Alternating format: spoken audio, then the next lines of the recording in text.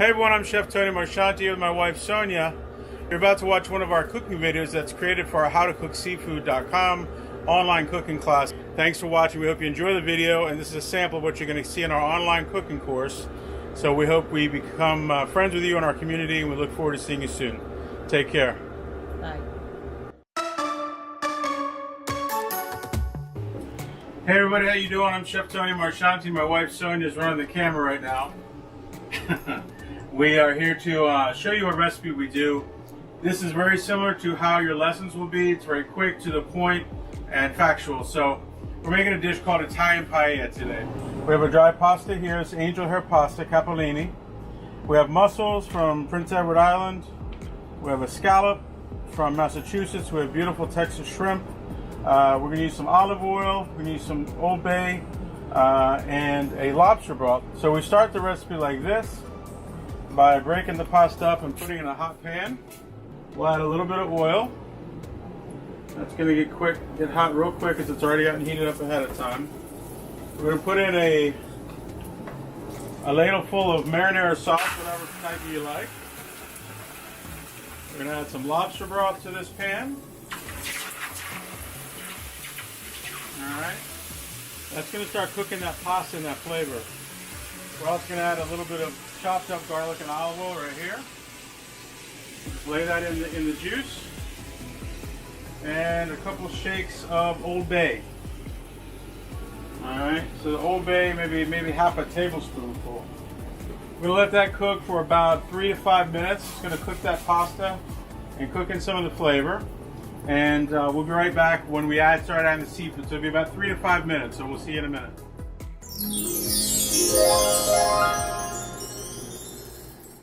Hey folks, we're back to pick up our preparation of the Italian Paella.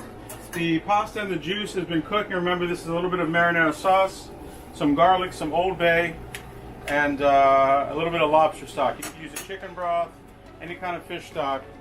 Here's the seafood that we'll be adding to. We're going to be putting in one Massachusetts scallop. This is a U10 size. Okay, we're going to put that in and let that cook right in the broth. Put 3 of these shrimp. These are a 10 to 15 size. And we're going to put our handful of mussels. We're going to add a little bit more broth to give it some liquid. A little bit more lobster broth on top of the paella to make sure it's juicy.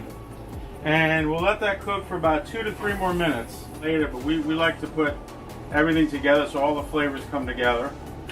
At the very end of it, we'll put in some lump crab meat. This cooks for about 3 minutes or so. It'll be about 3 or 4 more minutes.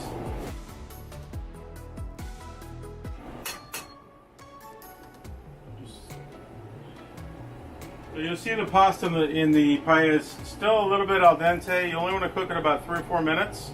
Soft enough to eat, of course, but you don't want to overcook it.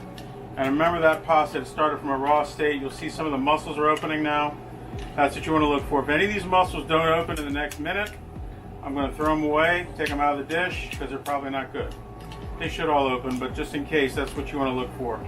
And again, if you can get these big scallops, they're beautiful, but you certainly don't need to use them. If they were smaller, you want to put them in for a little bit less time. You can put them in closer to the end of it. As you can see, the shrimp is starting to turn from opaque to a little bit more pink. Maybe another minute or so. One common mistake that people make when cooking seafood is they overcook it. They're so worried about it being done, they cook it to death and you lose all that flavor and the texture. This is really finished right now.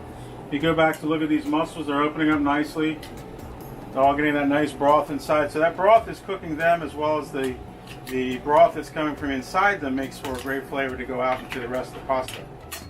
So right now we're going to add a little bit of lump crab meat. I'd say about 2 ounces or so. Obviously, if you love crab meat more, then put as much as you like. Put that right on top. The crab meat always comes cooked, so you don't have to worry about that. We'll do a little sprinkle of some flat leaf parsley chopped in there really nice. We'll check our seafood to make sure it's where we want it. I'm pretty sure it's there. Your scallop is not going to be cooked all the way through. It's not going to be well done. If you want, you could put it in as soon as you put the pasta in to make it more of a well done state. But for me, we don't need to make that way. These mussels are nice and plump. See the nice color inside? Very good. And everything is good. Now, if you notice the broth, you see it's got a little thick. That's from the starch in the pasta, so that's why this dish is very unique. It's very easy to make, but that pasta will thicken up the broth that's inside and give it a beautiful little texture. We're going to go ahead and put our power off to that. And we suggest a nice big pasta bowl of some sort. You look at that beautiful pasta in there. Try to pull the middle pasta out. And then just ladle the seafood right on top. And there you have our Italian Paella. It's one of our very, very famous and well-ordered dishes here at the restaurant. And we're excited to bring it to you. It's really only probably 7 or 8 ingredients, very easy to make. Thanks so much for watching. We appreciate your attention. And again, this is an example of recipes that you'll see inside the course on howtocookseafood.com. Thanks for watching. We'll see you soon.